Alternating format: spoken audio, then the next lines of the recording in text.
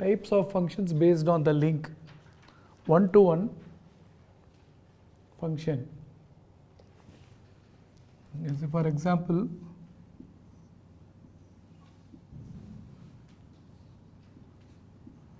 have a domain and codomain. You have some elements here. Let me take 3 elements. I'm just putting dots. And you have something here.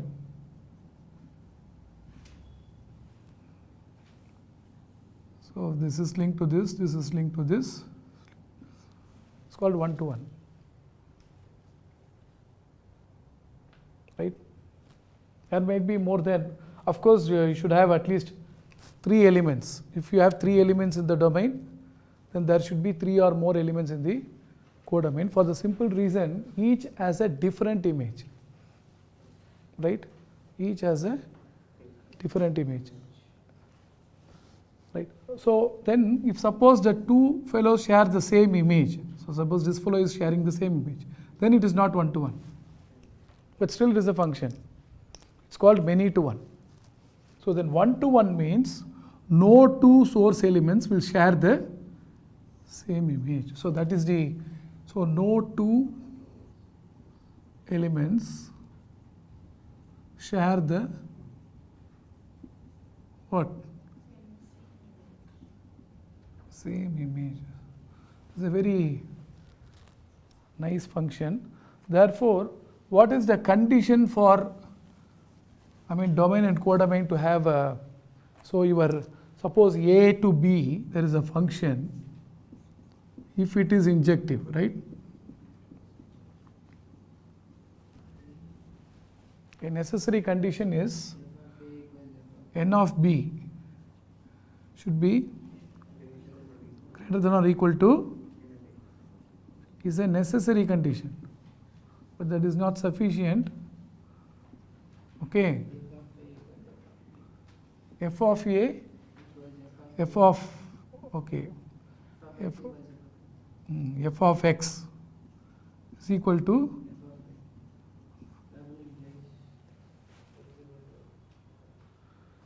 implies X equals to Y.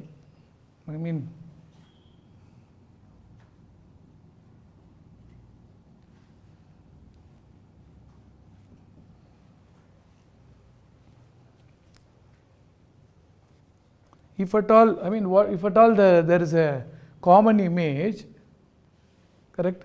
I am believing that f of x, f of y, theoretically I am defining 2 source elements x, y, having a sharing. That can happen only if they are one and the same, which means there are no 2 different elements share the same image.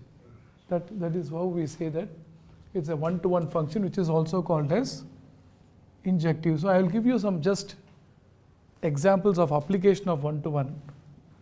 One example is about a palindromic number. What is a palindrome number? Same if you read forward or backward, right? If I am going to take a 3-digit palindrome number, so let me take a 3-digit palindrome number is like 373, correct? 373. Then if I am going to have some 404, 818, now all are 3-digit palindrome numbers, right? The point is, these are all 3-digit palindrome numbers. If I am going to take a 2-digit number, 37, that is going to correspond to 373. I'll tell you why. If I start with 37, if I want to construct a palindrome, this digit should come here. So every 3-digit palindrome number corresponds to one 2-digit number. So 404 will correspond to what? 40. 818, 81. Therefore, if I want to count how many 3-digit palindrome numbers, right, it is enough I count how many 2-digit numbers are there. So the number of 2-digit numbers is equal to the number of 3-digit palindrome numbers. So this is application of one-to-one function, right? Because it's, if I take a 2-digit number as the source, and 3-digit palindromes are the codomain. So every element corresponds. So instead of counting that, I can count this, or I can even exchange the things, because of course every element will have an image. So that's not a problem, right? The only difficulty is if there are some elements which don't have pre-images, if you swap, then those elements will not have images. So, but we are going to take all 3-digit numbers. Every 3-digit number is going to correspond to a 2-digit number. Every 2-digit number corresponds to a 3-digit number. If I want a 5-digit palindrome, or maybe 6-digit palindrome, let me take a 6-digit palindrome number, right? If I take a 6-digit palindrome number, something like 145, then it's 541. It's a mirror reflection. This fellow will correspond to 145 or 541. Either I can have the last 3 and then reflect and do this, or so I can take the first 3 that reflects. If I do that, then this is going to correspond to what? So how many 6-digit palindrome numbers are there? It's equal to a number of 3-digit numbers. So this is how the one-to-one correspondence you are, right? Another good example of this one-to-one function is, we have already seen in the permutation combinations, like we have the Wimbledon knockout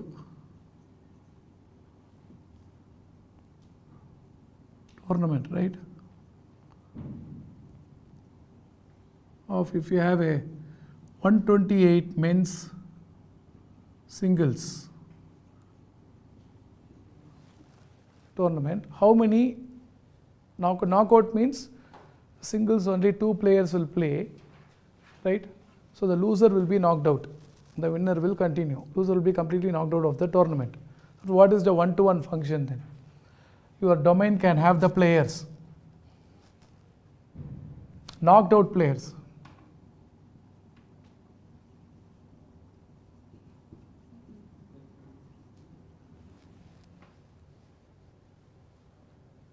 Right? And what is the other match number? This is a one-to-one function. Why? If you take the match number 1, there will be one of the knocked out player, that fellow will correspond to match number 1. Because in one match only one player will be knocked out, right? You have, because one player will not be knocked out at all, fellow will be the champion. There will be another player will be knocked in the second match. Are you able to understand? We don't know which player will be knocked out in the second match, but there will be only one player, and that fellow's image is 2 because he is knocked down in the second match, match number 2. Another fellow will be knocked down in match number 3. So we don't know. But we definitely know this is going to contain 127 players. And then the number of matches is also 127. So we can use that as accounting. It's like one-to-one. It's how you, decide your one-to-one function. In most of the occasions is for counting, it will be very helpful. This one-to-one function. See, one-to-one function is for every element will have, we know every source element must have only one image. And what's the difference in one-to-one function? It's going to have only one image. That is not one-to-one means it's not many-to-one. So no 2 different sources will share the same image. So no 2 players will lose in the same match number. That's the point. No 2 players will lose in the same. One player will lose only in one match. Which match we don't know. So this will be very helpful, just like a one-to-one function. This is called as what? Injective.